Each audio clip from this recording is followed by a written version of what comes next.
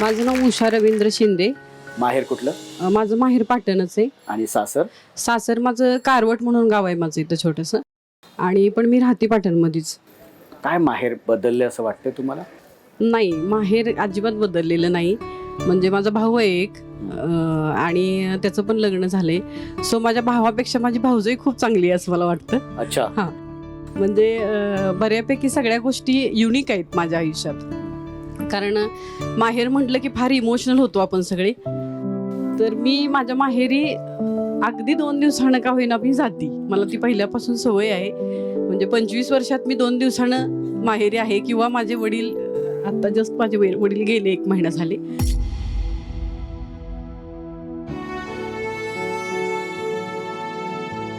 आणि मी आईपेक्षा भावापेक्षा माझ्या वडिलांची फार कनेक्ट होते. आणि त्यांचा प्रचंड जीव माझ्यावर होता. आणि ते गेलेल्याचं खूप मोठं दुःख म्हणजे ते मी शब्दात नाही सांगू शकत. आणि माझ्या माहेरचे सगळे खूप चांगले आहेत. म्हणजे विशेष माझी भाऊजाई आहे.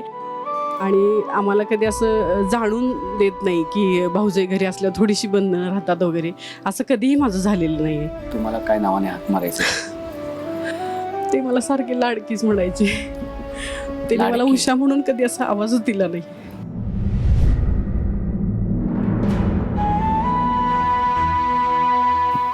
सारखे प्रत्येक वेळेला म्हणायचे, लाडाची लेक आहे माझी, लाडाची लेक आहे, असं सारखे म्हणायचे.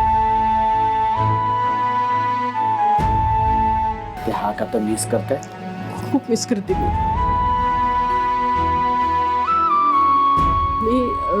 म्हणजे पाटणमध्ये राहतो आम्ही. 1 किलोमीटरच्या अंतरावर माहेर आहे माझं. पण रोज नव्यानं माहेरी जाणं. वडिलांनी, मी 2 दिवस गेली नाही ना तर वडिलांचा माझ्या कॉल येणार, काय करतेस, ये ना. तर मी म्हणायचे नाही अहो बापू, माझं खूप काम आहे. काय काम आहे तेव्हा, ये. एवढ्या 3-3 गाड्या दारात आहेत आणि कशाला सांगतीस कारण. मी हातातलं काम टाकून जायची. आणि माझ्या मुलीसुद्धा खूप ह्या गोष्टीला सपोर्ट करायच्या. त्यांचा एखादा कॉल आला ना की लगेच मला नेऊन सोडणार तिथं. इतक्या गोष्टी तुम्ही मिस करताय? खूप मिस करते, खूप प्रचंड मिस करते. ते मी शेवटच्या श्वासापर्यंत त्या गोष्टी मिस करणार आहे. म्हणजे मला कल्पना नव्हती की ते मला असं सोडून जातील, किंवा त्यांच्याशिवाय मला काहीतरी थोडे दिवस काढायचे आहेत आयुष्यात, ह्याची मी कधीच कल्पना केली नव्हती.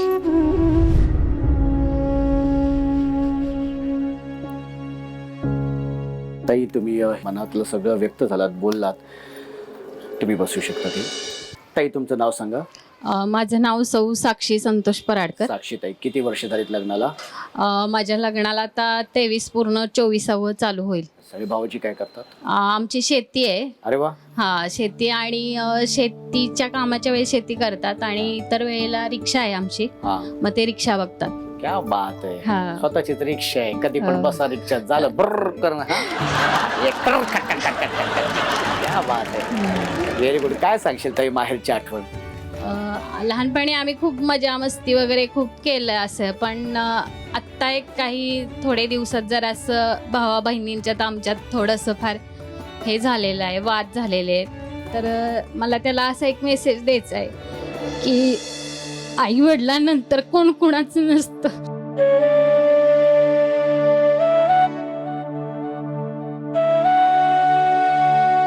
तो माझा भाऊ आहे, तो बहिणीशी अजिबात बोलत नाही, तिचं तोंड पण बघत नाही. आणि मी तिच्याशी बोलते म्हणून माझ्याशी पण बोलत नाही.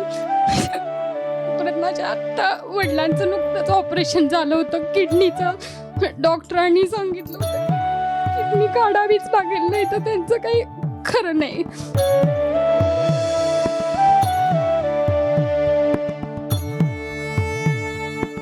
आता गेल्या वर्षी त्यांची किडनी काढली. किडनी स्टोन होता त्यांना. तर मला असं एक मेसेज द्यायचा आहे की वडिलांशिवाय आणि आईशिवाय कोणीच कोणाचं नसतं, एवढंच कळलं पाहिजे भावाला पण आणि सगळ्यांनाच.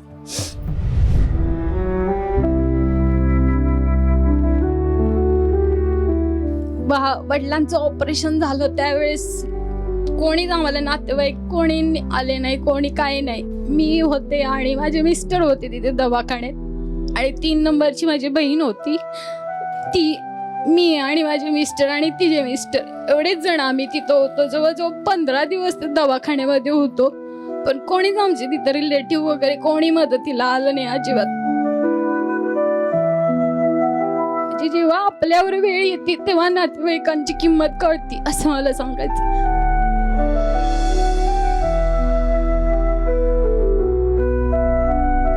बरोबर आहे ताई. आणि खरं तर हेच नाती आहे फार महत्वाची आयुष्यात.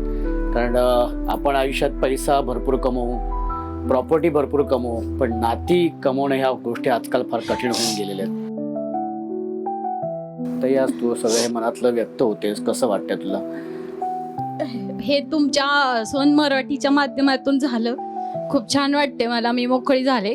हा मेसेज त्याने कार्यक्रम बघितला तर त्याला कळेल, काहीतरी देवबुद्धी देईल त्याला असं मला वाटते.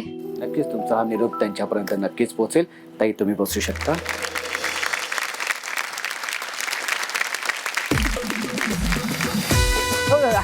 अरे क्या बात आहे. तुम्ही आता म्हणाले की ही हेचं काय चाललंय, ह्या खुर्चीकडे काय एवढं बघतोय. सांगतो खूप काय आहे या खुर्चीमध्ये, कारण ही खुर्ची आहे मानाची खुर्ची.